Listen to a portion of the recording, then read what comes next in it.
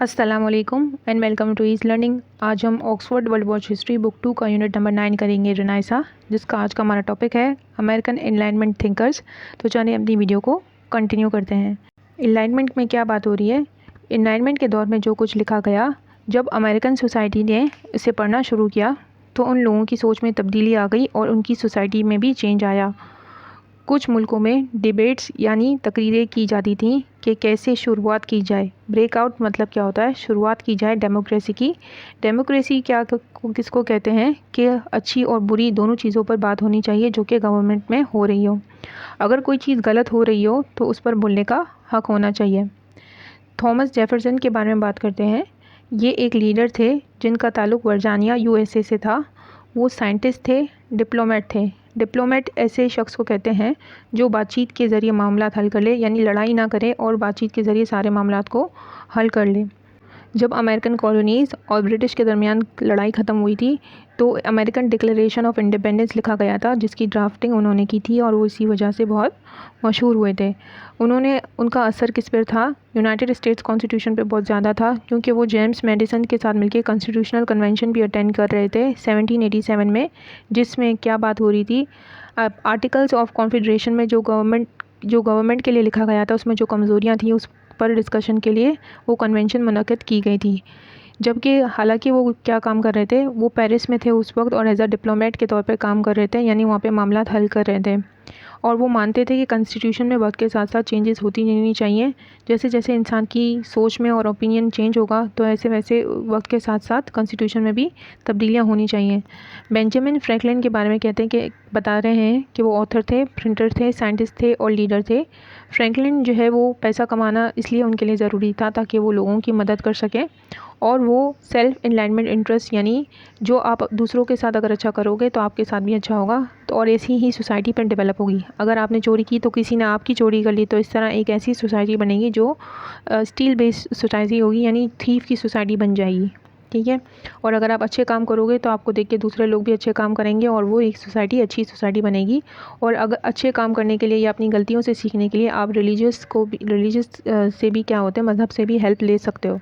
ठीक है। यहाँ पे ये भी बात हो रही थी। वो जॉन लॉकी के साथ एग्री करते थे और ये मानते थे कि मज़हबी आज़ादी भी होनी चाहिए, और वो ये भी मानते थे कि हमें जो है मज़हब को इसलिए इस्तेमाल करना चाहिए ताकि हम अपनी गलतियों से सीख सकें।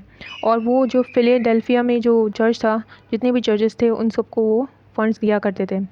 जेम्स मैडिसन जो है वो माने जाते हैं फादर ऑफ कॉन्स्टिट्यूशन, क्योंकि उन्होंने भी कॉन्स्टिट्यूशन लिखी थी। ये पॉलिटिशियन थे, साइंटिस्ट थे और डिप्लोमेट थे जो अमेरिकन फ़िलासफ़िकल थाट्स पे काफ़ी काम कर रहे थे। फ़िलासफ़िकल थाट्स होती है कि नॉलेज के बारे में बात कर रहे थे, अमेरिकन रियलिटी के बारे में बात कर रहे थे और इंसानों की हुकूक के बारे में वो बात करने के लिए बहुत अच्छे माने जाते थे, जो सोच रखते थे, अच्छी सोच रखते थे। और वो फर्म एडवोकेट थे, यानी जो भी कॉन्स्टिट्यूशन में चेंजिंग आ रही थी उस पर उन्होंने निगाह रखी हुई थी। उन्होंने किस पे काम किया था? द फेडरलिस्ट पेपर पे काम किया था। किसके साथ मिलकर? जॉन जे के साथ मिलकर और अलेक्जेंडर हैमिल्टन, इन तीनों ने मिलकर क्या लिखे थे? फेडरलिस्ट पेपर लिखे थे। फेडरलिस्ट पेपर में क्या था का मेन मकसद क्या था कि कंसेंट सिग्नेचर्स लेनी थी। जो रेस्ट ऑफ अदर मेंबर्स थे उनसे क्या लेना था? एग्रीमेंट की साइन लेनी थी। ठीक है। तो इन तीनों ने ये तैयार किया था और फिर इन्होंने साइन भी ली थी। और जिसमें ये जो पेपर था उसमें क्या था, बहुत सारे आइडियाज़ थे, ऐसे आइडियाज़ थे जिनका इस्तेमाल आज भी लोग कर रहे हैं।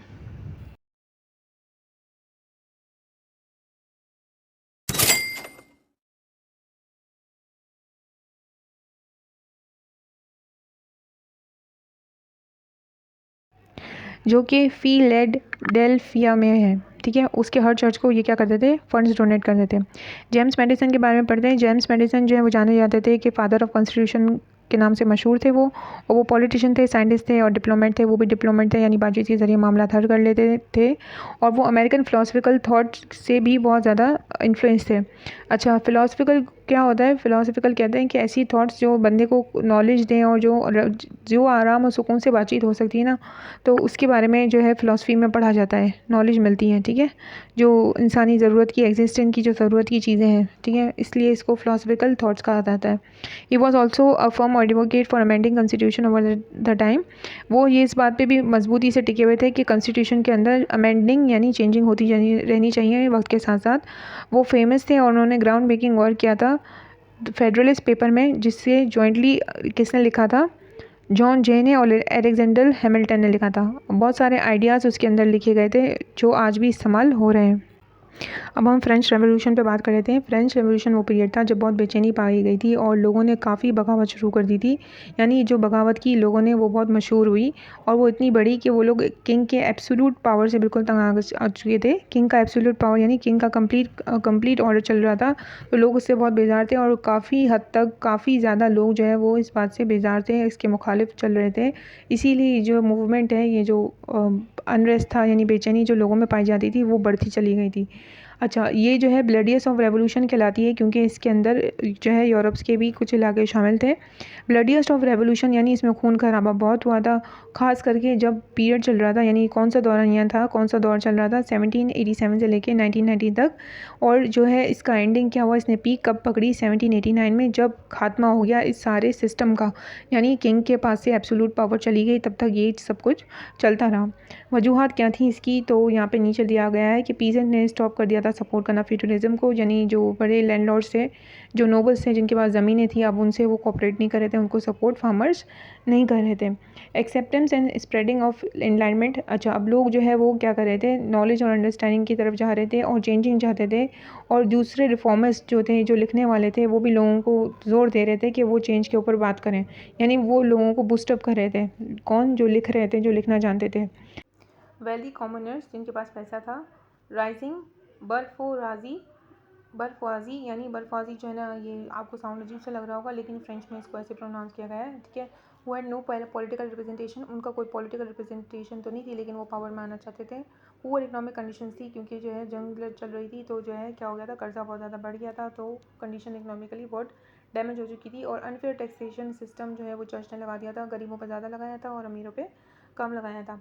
पुअर गवर्नेंस यानी किंग जो है वो सही से चला नहीं पा रहा था हुकूमत को, क्योंकि उसके पास इनकेपेबल एडवाइज़र्स थे। यानी जो एडवाइज़र्स थे वो काबिल नहीं थे। क्रॉप फेलियर्स यानी जो है क्या हो गया, जो खेत जो है वो तबाह हुए थे 1788 में। Uncheck and lavish spending of lifestyle, और जो क्या कर रहा था किंग, जो है उसको अपने जो है लेविश खर्चों की परवाह थी और खर्चे पे खर्चा कराया जाता था। ये नहीं देख रहा था कि इकोनॉमिक कंडीशन जो है वो सही नहीं है। ये फैक्टर्स की वजह से जो रीसेंटमेंट कहते हैं, यानी नाराज़ हो गए थे लोग, ये सारे फैक्टर्स थे जिसकी वजह से लोग बहुत नाराज़ थे और लोग जो है